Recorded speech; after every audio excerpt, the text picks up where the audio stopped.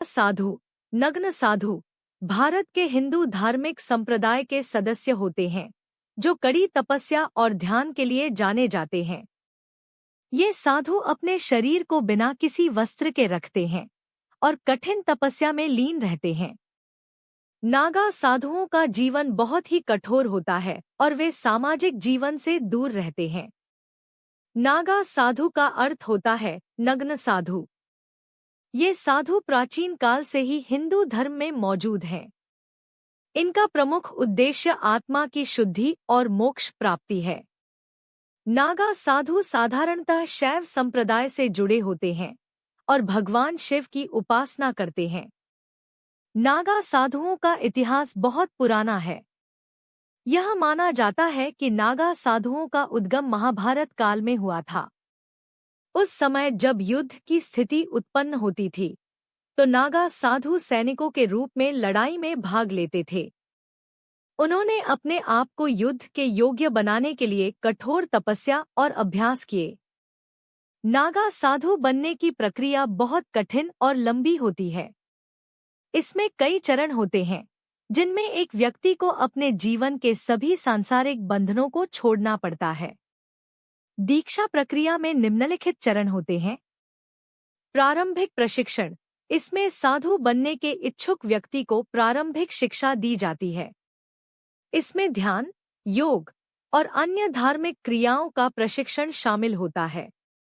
दीक्षा संस्कार, दीक्षा संस्कार में व्यक्ति को गुरु के समक्ष अपनी सभी सांसारिक वस्त्रों और संपत्तियों को त्यागना होता है। इसके बाद उसे नग्न अवस्था में रहना होता है। कठिन तपस्या, दीक्षा के बाद व्यक्ति को कठिन तपस्या और ध्यान में लीन रहना होता है। इसमें शारीरिक और मानसिक कठिनाइयों को सहन करना पड़ता है। पूर्ण साधु बनना, दीक्षा प्रक्रिया के पूर्ण होने के बाद व्यक्ति नागा साधु बन जाता है और समाज से पूरी तरह से अलग हो जाता है। नागा साधुओं की जीवन शैली, नागा साधुओं की जीवन शैली बहुत ही कठिन और अनुशासित होती है। वे अपने शरीर को नग्न रखते हैं और कठिन तपस्या करते हैं। उनकी दिनचर्या में ध्यान, योग और अन्य धार्मिक क्रियाएं शामिल होती हैं। वे अधिकतर समय जंगलों, पहाड़ों और गुफाओं में बिताते हैं। नागा साधु आमतौर पर कुंभ मेला जैसे बड़े धार्मिक आयोजनों में ही सार्वजनिक रूप से दिखाई देते हैं।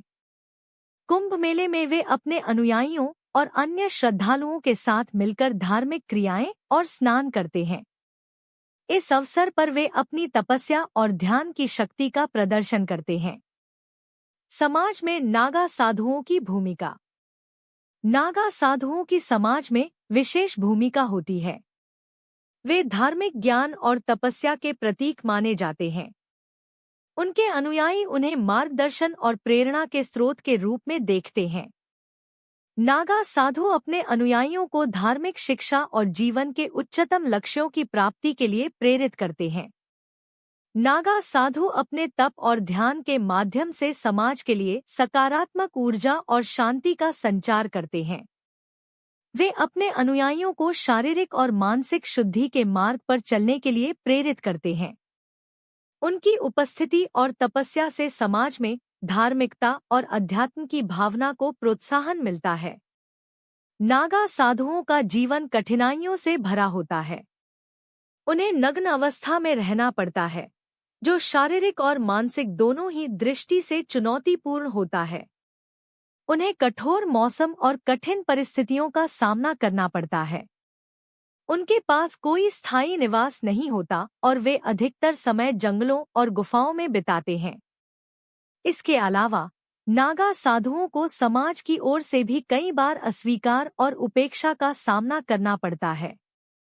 उनके नग्न शरीर और कठिन तपस्या के कारण समाज के कुछ हिस्से उन्हें स्वीकार नहीं करते। इसके बावजूद नागा साधु अपनी तपस्या और ध्यान में अडिग रहते हैं और अपने लक्ष्यों की प्राप्ति के लिए समर्पित रहते हैं। तपस्या और साधना, नागा साधु अपने कठिन तप और साधना के लिए जाने जाते हैं। वे विभिन्न प्रकार की कठिन साधनाएं करते हैं, जैसे कि अखंड ध्यान, नागा साधु लगातार कई घंटों तक ध्यान में लीन रहते हैं। इसका उद्देश्य मानसिक और आत्मिक शुद्धि प्राप्त करना होता है। मौन व्रत। कुछ नागा साधु मौन व्रत का पालन करते हैं, जिसमें वे कई दिनों या महीनों तक बोलते नहीं हैं। इसका उद्देश्य आत्मसंयम और मानसिक स्थिरता को बढ़ाना होता है। कायाकल्प साधना।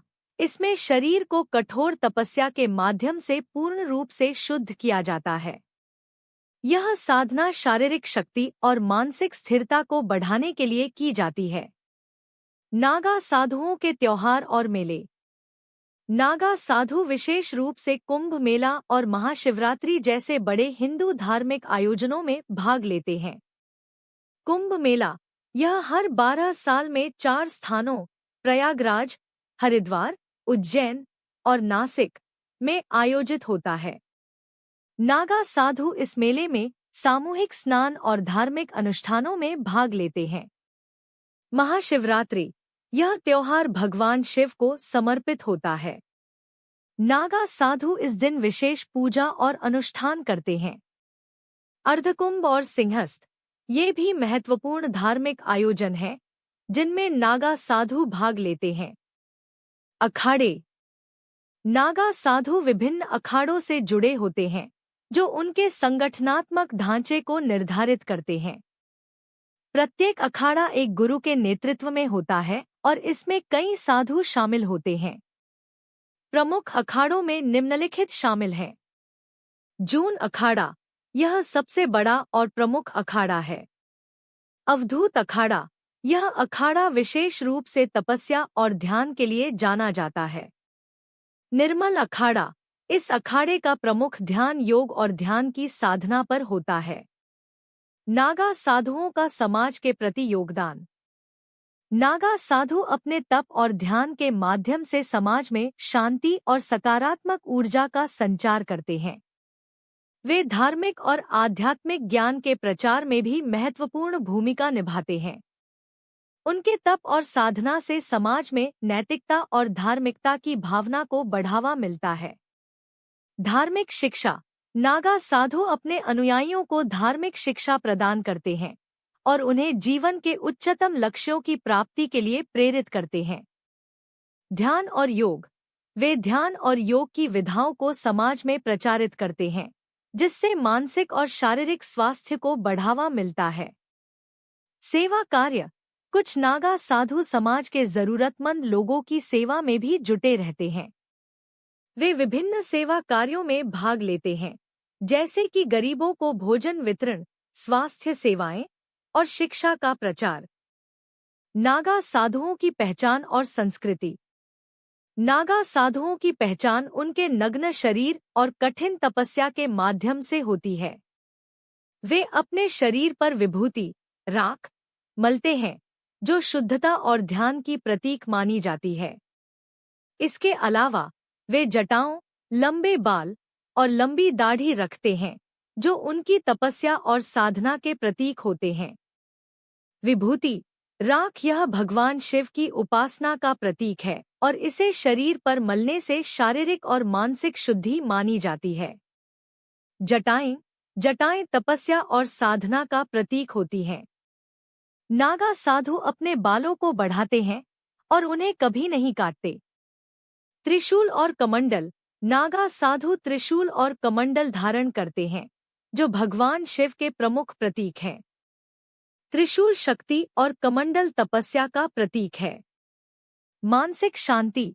नागा साधु अपने ध्यान और तपस्या के माध्यम से मानसिक शांति प्राप्त करते हैं, जो उन्हें जीवन की कठिनाइयों का सामना करने में सक्षम बनाती है। आध्यात्मिक ज्ञान। वे धार्मिक और आध्यात्मिक ज्ञान के स्रोत होते हैं और अपने अनुयायियों को जीवन के उच्चतम लक्ष्यों की प्राप्ति के लिए प्रेरित करते हैं। समर्पण। नागा साधु अपने जीवन को भगवान शिव के प्रति समर्पित करते हैं और अपने तप और ध्यान के माध्यम से मोक्ष की प्राप्ति का प्रयास करते हैं।